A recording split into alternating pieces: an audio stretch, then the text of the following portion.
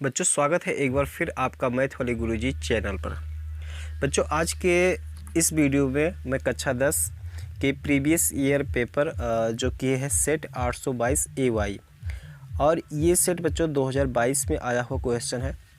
इसके क्वेश्चनों को कराऊंगा और मैं आपको बता दूं कि जितने भी क्वेश्चन मैं करवा रहा हूं बच्चों सभी क्वेश्चन 2024 के एग्ज़ाम के लिए इम्पॉर्टेंट है, क्योंकि मैंने पहले ही बताया था कि अगर आप मैथ में अच्छा करना चाहते हैं और आप ये जानना चाहते हैं कि किस प्रकार से क्वेश्चन आएंगे तो आप प्रीवियस ईयर को सॉल्व कर लेना बच्चों, ठीक है। तो मैं यहाँ पर प्रीवियस ईयर के क्वेश्चन को सॉल्व करा रहा हूँ, जिससे आपको एक आइडिया लगेगा कि किस प्रकार से क्वेश्चन आपको बोर्ड के एग्ज़ाम में देखने को मिलेगा बच्चों, ठीक है। तो देखिए यहाँ पर फर्स्ट क्वेश्चन दिया हुआ है कि किसी धनात्मक पूर्णांक p के लिए प्रत्येक धनात्मक विषम पूर्णांक का रूप होगा। तो किसी धनात्मक पूर्णांक, तो बच्चों पता है आपको धनात्मक पूर्णांक क्या हो जाएगा, तो p = 1 2 3 4 5 ऐसे डॉट डॉट, ये सभी कैसे हैं, धनात्मक पूर्णांक है ना। तो ये सब धनात्मक पूर्णांक, तो प्रत्येक धनात्मक विषम पूर्णांक का रूप होगा। तो इसमें विषम पूर्णांक बताओ क्या क्या हो जाए बच्चों, विषम पूर्णांक इसमें बताओ बच्चों 1 3 5 7, यही तो सब विषम पूर्णांक है बच्चों, ठीक है।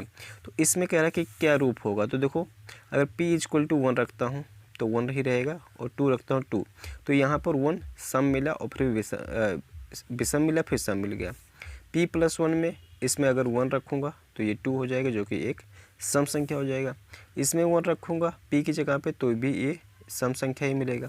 इसमें देखें, इसमें अगर 2p + 1 मतलब यहाँ पर देखो 2 गुणे p की जगह पे 1 रखे और +1 बराबर क्या मिल जाएगा बताओ बच्चों, तो 2 + 1 = 3, एक विषम संख्या है कि नहीं है, एक विषम संख्या, ठीक है। इसी प्रकार से इसमें 2 रखेंगे बच्चों, तब वो देखो 2 दूना 4 हो जाएगा, 1 और 5 हो जाएगा ना बच्चों, ये भी एक विषम संख्या है। तो इस प्रकार से जो सही ऑप्शन दिख रहा है वो कौन सा ऑप्शन हो जाएगा बच्चों, ये वाला सही ऑप्शन हो जाएगा, ठीक है। आगे देखते हैं, आगे देखो बच्चों ये क्वेश्चन है बिंदु -4, 0 और a में दिया हुआ -4, 0, b में दिया गया 4, 0, ये -4, 0 बच्चों, और b में 4, 0 और c 0, 3 एक त्रिभुज के शीर्ष है वह त्रिभुज होगा। तो यहाँ पर त्रिभुज के शीर्ष कुछ इस टाइप के दिए हैं बच्चों, इस तरीके से, ठीक है। ये नाम रख लो a b c। अगर यहाँ पर मैं इसका निर्देशांक लिखना चाहूँ तो 4, -4, 0 और यहाँ 4, 0 हो जाएगा और ये 0, 3। तो ये पूछ रहा है किस प्रकार से ये त्रिभुज होगा क्या है। तो देखो सबसे पहले मैं क्या कर लेता हूँ, AB की दूरी निकाल लेता हूँ, फिर BC की निकाल लेता हूँ, फिर AC की निकाल लेता हूँ। तो हम यहाँ पे लिखेंगे AB बराबर बताओ बच्चों क्या हो जाएगा, वो देखो ये वाला दूरी का सूत्र लगा लेंगे। तो क्या हो जाएगा, x1 - x2 का होल स्क्वायर और प्लस y1 - y2 का होल स्क्वायर। यहाँ कुछ भी कर सकते हैं, x2 - x1 कर सकते हैं, y2 - y1 कर सकते हैं। किताबों में x2 - x1 लिखा रहता है तो उससे कोई कन्फ्यूजन नहीं होता है, ये भी आप सूत्र लगाओगे तो आंसर आता है। अब देखो x1, इसको x1 मान लेते हैं, इसको y1, इसको x2, ये इसको y2। तो देखो यहाँ पर x1 - x2 का होल स्क्वायर प्लस, ये देखो ये दोनों 0, 0 हो जाएगा ऐसे, इस तरीके से। अब देखो ये -4 और -4 -8 हो जाएगा, और -8 का जब स्क्वायर करेंगे बच्चों तो यहाँ पर हो जाएगा 64, है कि नहीं है बच्चों। और ये देखो ये 0 हो जाएगा, तो ये अंडर रूट में 64 आ जाएगा, और यहाँ पर जो आ जाएगा 64 का वर्गमूल वो 8 आ जाएगा। तो AB = कितना आ गया, 8। ये 8 मात्रक AB आ गया बच्चों, ठीक है, ये 8 मात्रक आ गया। अब इसी प्रकार से BC निकाल लेते हैं। तो देखो BC यहाँ पर निकालता हूँ मैं, BC, तो BC बराबर क्या हो जाएगा बच्चों, अंडर रूट में वही चीज़ x1 - x2 का होल स्क्वायर और प्लस y1 - y2 का होल स्क्वायर, ठीक है। तो यहाँ x1 यहाँ पर देख लेते हैं, इसको ले लेते हैं, x1 y1 x2 y2। तो x1 मतलब 4 - 0 का होल स्क्वायर प्लस y1 0 - 3 का होल स्क्वायर, ऐसे। सॉल्व करेंगे, ये 4 का स्क्वायर हो जाएगा बच्चों 16, और ये -3 का स्क्वायर हो जाएगा 9 हो जाएगा। ठीक है बच्चों, फिर इसको जोड़ेंगे तो ये 25 हो जाएगा, अंडर रूट में 25, और इसका जो वर्गमूल निकल के आ गया वो 5 आ जाएगा। तो BC इक्वल टू आ गया 5, तो ये 5 मात्रक हो जाएगा। इसी प्रकार से AC निकाल लेते हैं, तो AC जब निकालेंगे तो ये हो जाएगा वही वाला फार्मूला, फिर x1 माइनस x2 का होल स्क्वायर और प्लस y1 माइनस y2 का होल स्क्वायर। ये देखो बच्चों, अगर एक नंबर में आएगा तो ये आप रफ कार करके ये टिक लगाएंगे। अगर आपको इस तरीके से खाली क्वेश्चन मिल जाता है तो आपके 2 नंबर में आता है तो इस तरीके से पूरा सॉल्व करके दिखाएंगे। ठीक है, तो x1 यहाँ पर इसको x1 y1 x2 y2, तो x1 माइनस, ये देखो माइनस माइनस से प्लस हो जाएगा बच्चों, 4 का स्क्वायर प्लस y1 3 माइनस 0 का होल स्क्वायर, ऐसे हो जाएगा। ठीक है, फिर देखो ये 4 का स्क्वायर और ये 3 का स्क्वायर, इस तरीके से ये कितना हो जाएगा 16 हो जाएगा, ये 9 हो जाएगा। ठीक है, यहाँ पे कितना हो जाएगा 25 हो जाएगा, तो ये 5 हो जाएगा। AC बराबर कितना हो जाएगा 5, AC बराबर कितना हो जाएगा 5। अब ये भी देखो, ये भी 5 मात्रक आ गया, ये 5 मात्रक, ये भी 5 मात्रक। तो ये जब किसी भी त्रिभुज में 2 भुजा बराबर हो जाती हैं तो वो हो जाता है समद्विबाहु त्रिभुज। ठीक है, तो यहाँ पर हम लिख सकते हैं अतः यह समद्विबाहु त्रिभुज है, अतः यह समद्विबाहु त्रिभुज है। ठीक है, तो यहाँ पर कौन सा सही हो जाएगा बच्चों, यहाँ पर ये दूसरा वाला सही हो जाएगा, समद्विबाहु त्रिभुज। ठीक है, अगला क्वेश्चन देखेंगे। अगला क्वेश्चन देखे दिया हुआ है बच्चों, यहाँ पर इस तरीके से दिया गया है, 2 समरूप त्रिभुजों के क्षेत्रफल क्रमशः 20 सेंटीमीटर स्क्वायर और 45 सेंटीमीटर स्क्वायर है, उनकी ऊंचाइयों का अनुपात होगा। ठीक है, तो इस तरीके से क्वेश्चन आ जाता है बच्चों। देखो कैसे सॉल्व करेंगे इसको। देखो यहाँ पे लिखेंगे बच्चों, हम जानते हैं कि, ठीक है, हम जानते हैं कि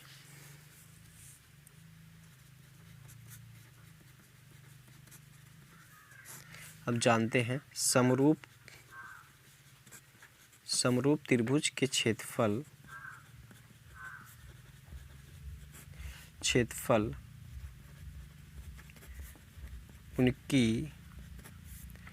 उनकी ऊंचाई के वर्ग के समानुपाती होते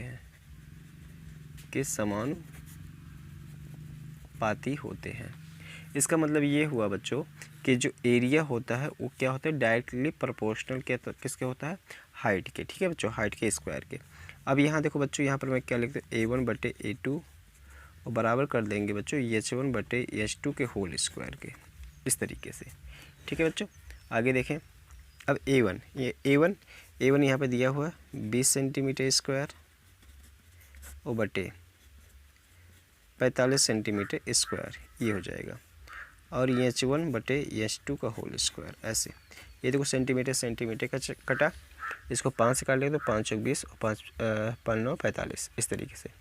तो यहाँ कितना हो जाएगा 9 बटे 5 आ जाएगा। ठीक है, और ये H1 बटे H2, ये देखो स्क्वायर इधर आएगा तो रूट में हो जाएगा। ठीक है, इस तरीके से जो आ जाएगा, यहाँ पर सॉल्व कर दे रहा हूँ।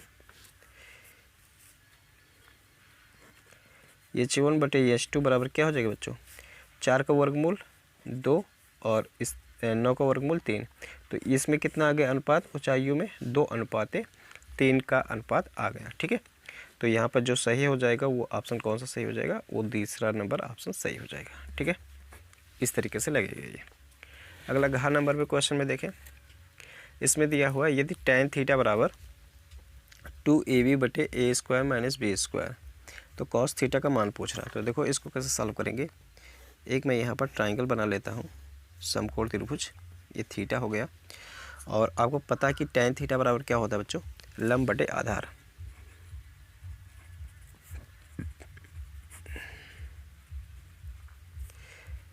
लंब बटे आधार होता है। ठीक है बच्चों, तो लंब इसमें क्या हो जाएगा, अगर इसका नाम रख लेना चाहूँ ABC, लंब ये वाला हो जाएगा 2AB और आधार A square minus B square. ठीक है, तो अब हम यहाँ देखो इसको निकाल लेते हैं, क्योंकि हमें कॉस चाहिए, तो कॉस का होता है आधार बटे कर्ण होता है, तो ये वाला चाहिए साइड। तो AC निकालने के लिए हम पाइथागोरस सूत्र लगाएंगे, और पाइथागोरस सूत्र इस प्रकार से लगता है कि कर्ण का स्क्वायर बराबर होता है AB स्क्वायर और प्लस BC का स्क्वायर। ठीक है, इस तरीके से होता है।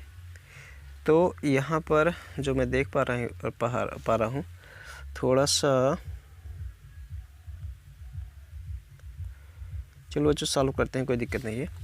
तो AB कितना है, A square minus B square का होल स्क्वायर हो जाएगा, और BC कितना है, BC है 2AB का होल स्क्वायर हो जाएगा, ऐसे।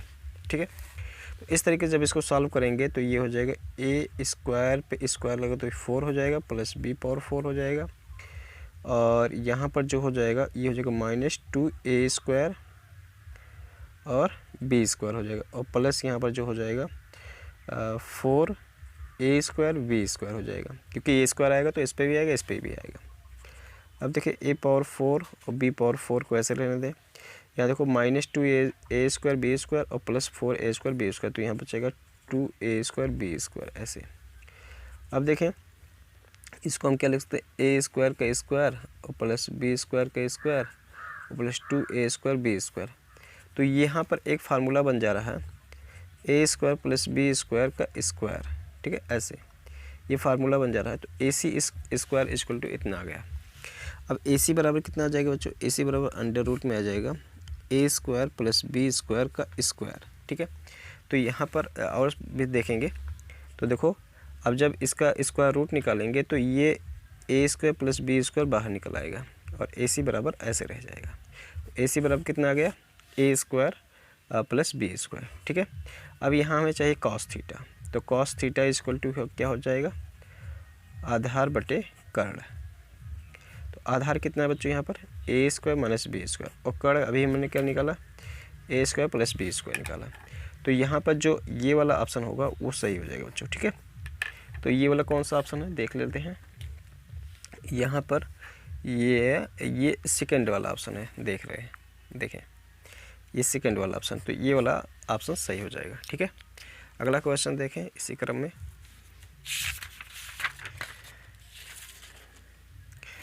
देखिए बहुत बढ़िया क्वेश्चन है। यहाँ पर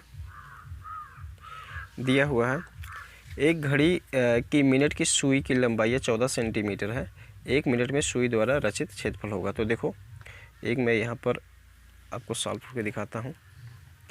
एक ये मान लो घड़ी है ये, ठीक है, और ये मिनट की सुई है जो कि ऐसे है 14 सेंटीमीटर। ये कितना है बच्चों, 14 सेंटीमीटर है। ठीक है, ये ओ मान लेते हैं AB। ठीक है, तो कह रहा है 1 मिनट में सुई द्वारा रचित क्षेत्रफल होगा। तो यहाँ पर मैंने तो थोड़ा सा ज़्यादा ले लिया है इसका गैप, लेकिन ये समझ जाना कि 1 मिनट में। अच्छा एक चीज़ बताओ, 1 मिनट में रचित क्षेत्रफल पूछ रहा है ना, तो हम मान लेते हैं कि जो घड़ी की सुई है यहाँ पर थी, यहाँ से 1 मिनट में यहाँ तक आई हुई है, तो इसके द्वारा यहाँ पर क्षेत्रफल जो कवर किया जा रहा है उसका पूछ रहा है क्षेत्रफल क्या होगा। तो ध्यान देंगे यहाँ पर थीटा मान ले ये करता है। तो एक चीज़ देखो, यहाँ पर 60 मिनट में ये कितना, ये कोई सुई है तो 60 मिनट में अर्थात 1 घंटे में पूरा ये कवर कर लेती है मिनट वाली सुई। तो 60 मिनट में कितने एंगल बनाती है, 60 मिनट में 360 अंश का कोण बनाती है। तो हम यहाँ पर लिखेंगे 60 मिनट में बनाया गया कोण बराबर 360। ठीक है, तो 60 मिनट में अगर 60 मिनट में 1 मिनट में कितना बनेगा, 1 मिनट में बनाया गया कोण 360 बटे 60, ये कटा 636, मतलब 6 अंश का कोण बनाएगा बच्चों। ठीक है, 1 मिनट में कितना बनाएगा, 6 अंश का कोण। तो यहाँ पर हमें थीटा की वैल्यू पता होगी, थीटा का वैल्यू। अब यहाँ पर हम लिखेंगे त्रिज्यखंड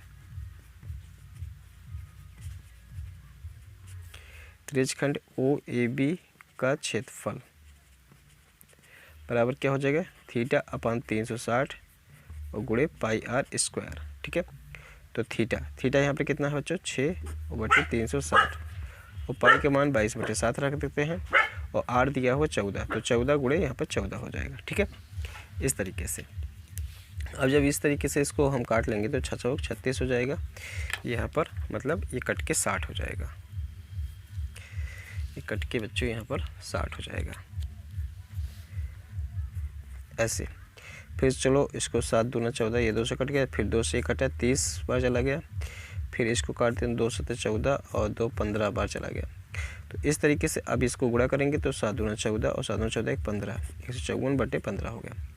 अब जब इसको भाग करेंगे तो 154/15, तो 15 1 15 हो जाएगा और ये 0, उसके बाद 0 बढ़ जाएगा, उसके फिर दशमलव यहाँ हाँ 0 बढ़ जाएगा, फिर यहाँ दशमलव लगाएंगे तो अब 15 30, 15 दूना 30, 2 बढ़ जाएगा।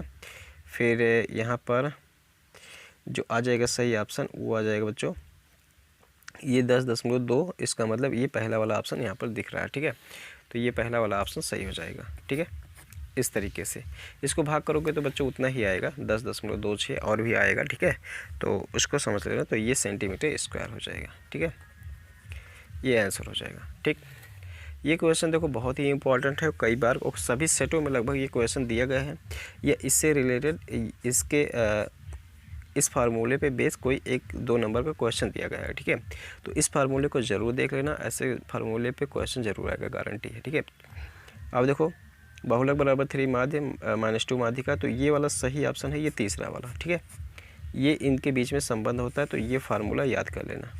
कभी कभी 75 करके भी देता है इधर इधर उधर, तो 75 करके भी फार्मूला बन जाता है, तो उसको भी 75 करके भी फार्मूला बना लेना और उसको याद कर लेना। ठीक है बच्चों, तो इस तरीके से देखो जो 2022 के एग्ज़ाम में होता था वहाँ पर इस तरीके से क ख ग घ चा तक क्वेश्चन देता था। ठीक है, बहुविकल्पीय क्वेश्चन।